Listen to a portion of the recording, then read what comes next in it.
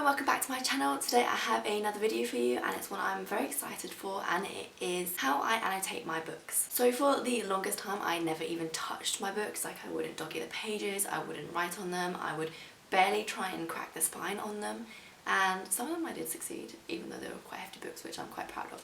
But I digress. It wasn't until I actually started reading a particular book that I thought, actually I kind of want to take note of what I'm reading, what I'm enjoying, the bits and pieces of the book that I want to kind of remember, especially if it's something that was quite difficult to understand or points that I needed to remember, or I thought I would need to remember for later on in the book. And that book is City of Brass by S.A. Chakraborty. The main reason I wanted to start taking sticky notes of this was just when I first read the first few pages, I thought, actually these are some really nice lines that I just want to note down. Or I don't even want to note them down, like I don't want to stop reading and write them down, I just kind of want to take a note of them, but not a note. I don't know what I'm saying. I didn't start doing it until I didn't start doing it till about a third of the way through, a quarter of the way through, simply because it took me that long to get sticky tabs to do it. Then, as you can see, I started doing it. So they are coloured. For the life of me, I can't remember what the colours mean now, because I kind of didn't do it properly. They did have a meaning at some point, but I didn't take note of what they were. I probably should have maybe put them as like a little list in here, but at this point I didn't write in my books either. So we've got sticky tabs in there. I think I did at one point have post-it notes in there of what I thought would be kind of my predictions of what was going to happen, and I just put that in a little sticky note and put it in there. I did take that out though, because I lent this to someone to read themselves and I didn't want to spoil it for them, so I did take that out and didn't put it back in because I forgot. So this is the book that got me into sticky noting, and I don't sticky note or post-it note or tab every single book. I only do it to the books that when I start reading them I think, oh, I want to take note of this. So it's not every single book that I do. In fact, I don't do it to most of my books. It's only the books that kind of take inspiration or trigger that kind of thought in my head. So I thought I'll just show you the tabs that I use, and then I'll show you a book that I kind of completely tabbed and written in and that kind of thing, and then kind of show you what I take note of. So the tabs I use are just these ones. I got them from Paper Chase, which is a stationery store in the UK. I don't know if they have them anywhere else. I got these, one because they're plastic, which means they don't rip or tear, and two because there are 10 colours, I think. No, I was wrong. There are 12 colours here. So there is definitely more than enough, I would say, for tabbing different things. Some of them I have doubled up, and going back now I would split them up maybe, but I'll talk about that in a minute.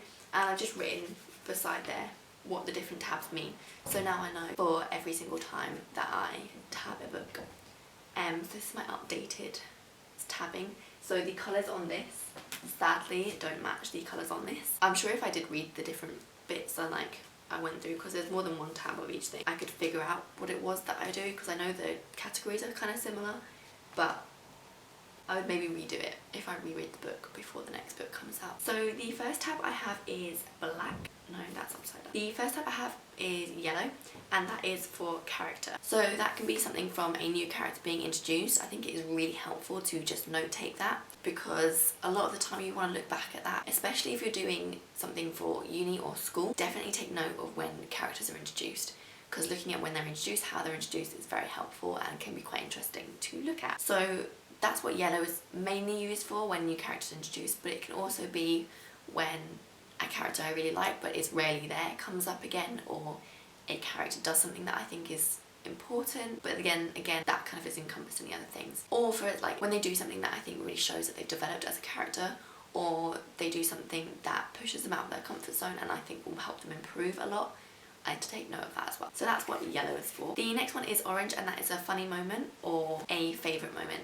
So a lot of my favourite moments do encompass funny moments, and a lot of the things I do tab anyway come under this. Yeah, just funny moments is the main one that I use that for. I don't really use it for favourite moments, because that kind of, I don't know.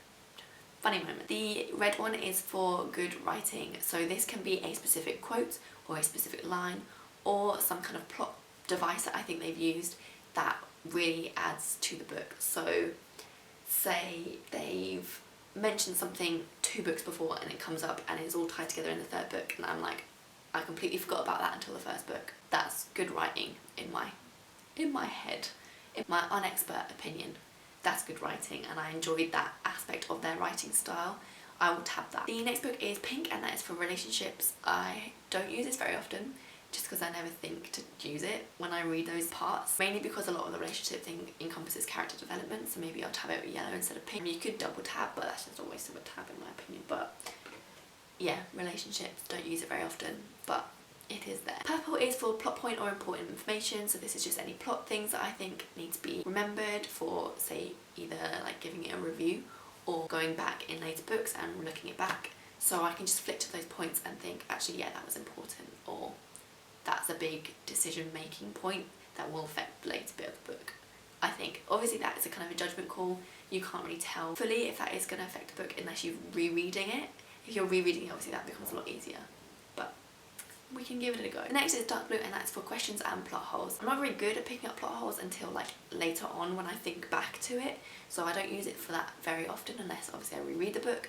But for questions, I do use that quite a lot because a lot of things don't wholly make sense, so I just want to do a question for it. And that is, for example, where I will then write the question in the book now. I only use pencil. I'm not quite there with using pen. I would quite like to, because I just think like how I've colour coded it here would look nice in the book if they correlated, but I'm not quite there yet. Maybe one day I will write in my book with pen, but we'll have to see. That's a big step. That's a big step. The next tab is light blue, and that is for foreshadowing. Again, difficult to do unless you've reread the book, so it's kind of just a guess if you think, oh, that's foreshadowing for something that I think will come up later, or that could potentially be foreshadowing like a death or something, or you can, like, you read something and you think actually that was foreshadowing, you can flick back and tab it, but yes. The next is dark blue, or medium blue I suppose in the thing, and that is for sad scenes because tears are blue. Logic. So when my favourite character dies, or a character dies, or I cry, it gets tabbed, or I almost cry. But let's face it, I cry at books quite a lot. And then green is for world building, so that's for anything that I think adds to the world. So they talk about the mythology of the world, the religion of the world, the characteristics of the world, social aspects of the world, physical aspects of the world. Anything that I think is important to note is going to go in there. Obviously that's used quite a lot in fantasies, but it can also be for contemporaries or literary fiction, where you have a political world that you could be building, or something that is different to your culture. They could be building on that, and I might not know that about that culture, so then I would put that, because that is still world building. You're still building that character's world, even if it isn't the physical world, it's still the social world. So yes. Next tab I have is grey, and that is for my disliked moments. So that's slightly different from sad scenes. Obviously sad scenes are bits that I don't necessarily didn't like, because a lot of times they're sad but they kind of needed to happen, but these bits are bits that I didn't like. So that could be when a character died that I didn't think should have died, or when a character does something I don't think they should have done, or I don't like the way the writer's done something in that book, or the way, just anything I didn't like. So that could be I personally didn't like what the writer did, or I personally didn't like, I liked how the writer did it but I didn't like what the character did. Those two things I could split off, I think, because I think that it does represent it quite differently. Just because a character did something I dislike doesn't mean I disliked the book in a whole, but if a writer does something a lot that I don't like, that does put a dampener on the book. If that makes sense. They are slightly different. I don't know if that, yeah, we're gonna go with it. So then I have a dark grey, which I haven't tabbed anything, I haven't labelled that, so that's what I might split that into in like next tabbing things. But let me know what you think. What would you put if you had this list? What would you put in your grey thing if there's something you missed? Because I did watch loads of people's like tabbing videos to try and see what bits I wanted to add in, and I got rid of a lot of like, oh, I don't think I would pay attention to that. But then other things I did think obviously I would, because that's what is in my list. But let me know if there's anything you annotate or you think you should annotate in a book, and I'll maybe put that in that spare tab. But the last point I have is black, and that is for shocking moments or action. I tried to correlate these colours with kind of what they were, and a lot of them I've changed now, and black's one of the ones I changed because I feel like black's not a very shocking colour. Or it's just a bit dark. I don't know, I don't like it. Because especially in a fantasy, I feel like there should be a lot of shocking moments, and if there's not, that's a bit meh. But I feel like I don't want my whole book to be black, so I would change that if I did it, but I've done it now, so we're not changing it. So yeah, that's just shocking moments, which could be, again, a character's death. If I wasn't upset by it, but I didn't expect it, that would be a shocking moment. If there's a plot twist, that would be there. And then action scenes, so when there's a big fight scene that I want to take note of. So yes, those are my kind of categories that I use. So next I thought I'd show you one book that I kind of completely tabbed, and that is Dark Dawn by J. Christoph. It's a bit hard, I don't even know if you can see because it's got black sprayed edges, but I have tabbed it. I don't know if there's a lot of tabs. I prefer tabbing hardbacks just because you can hide the tabs in things, so like when you put it on your shelf you're not going to be able to see it, because I don't want them to overshadow the book. Like I know a lot of people have them like sticking out so you can really see them, and that's great. Personally I just don't like that. I like them to be kind of small and discreet-ish. Obviously that's not very discreet, they're bright colours, but there we go. So if I can just find bits, so, ooh, didn't know I did this, but I also write in it. Okay, we'll stick to tabbing, then we'll go to writing. So yeah, I just have that little packet next to me when I go, and if it's a bit that I think, I just tab it and then I move on. I don't spend a lot of time on it, I don't really think about it too much. It's just more if it comes to my head, I'll tab it. I don't get too caught up in it because I don't want to lose myself from the story. I still want to be involved in the story and I don't want to be too caught up in thinking, oh, I need to keep tabbing everything I do, which can happen. There's like bursts of tabbing. As you can see, like it thins out there, there's loads there, and then it thins out again. So it's just a kind of as you go kind of thing. It's quite a loose thing. I don't get too worked up about it. So for writing in my book, again, I just use pencil because I am still a little bit anxious about writing my books. It does make me feel a bit nervous. I do two things. I either write thoughts or I underline. Underlining tends to go along with tabbing. So if we look here, I've tabbed something red, so that would be a sentence that I think was really well done, or I like the writing or how it was done, and then I've just underlined that sentence that I think was done well, or that section was done well. And then there is another bit of writing that I do, and this is the writing that kind of took me along to get into, because I'm not very good at just writing down my thoughts. I feel like they sound a bit like weird and nerdy, but I just kind of section a section, so I'm talking about this bit and I write my thoughts of what that bit is. So that can either be that I didn't like that character doing that, I thought that character did that really well, or it can be a comment on the writing. It can just be anything. Anything that I thought mattered at that moment, or kind of stopped me reading and I had a thought about it, I'll just write it down. There's not really much else to say. It's not a complex process. All I need is a pen and some sticky tabs and a book to read, and that's it.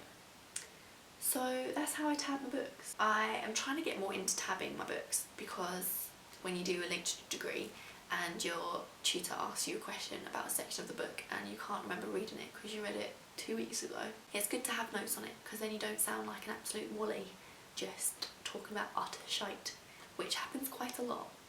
So I'm trying to get more into it. It's a habit that I really want to get into because I do think it is good and I do like going back and seeing them. I'm not an expert at it, but that's kind of why I'm doing my video now, because I can develop on it and I can look back and see how I used to do it, and then I can improve upon it.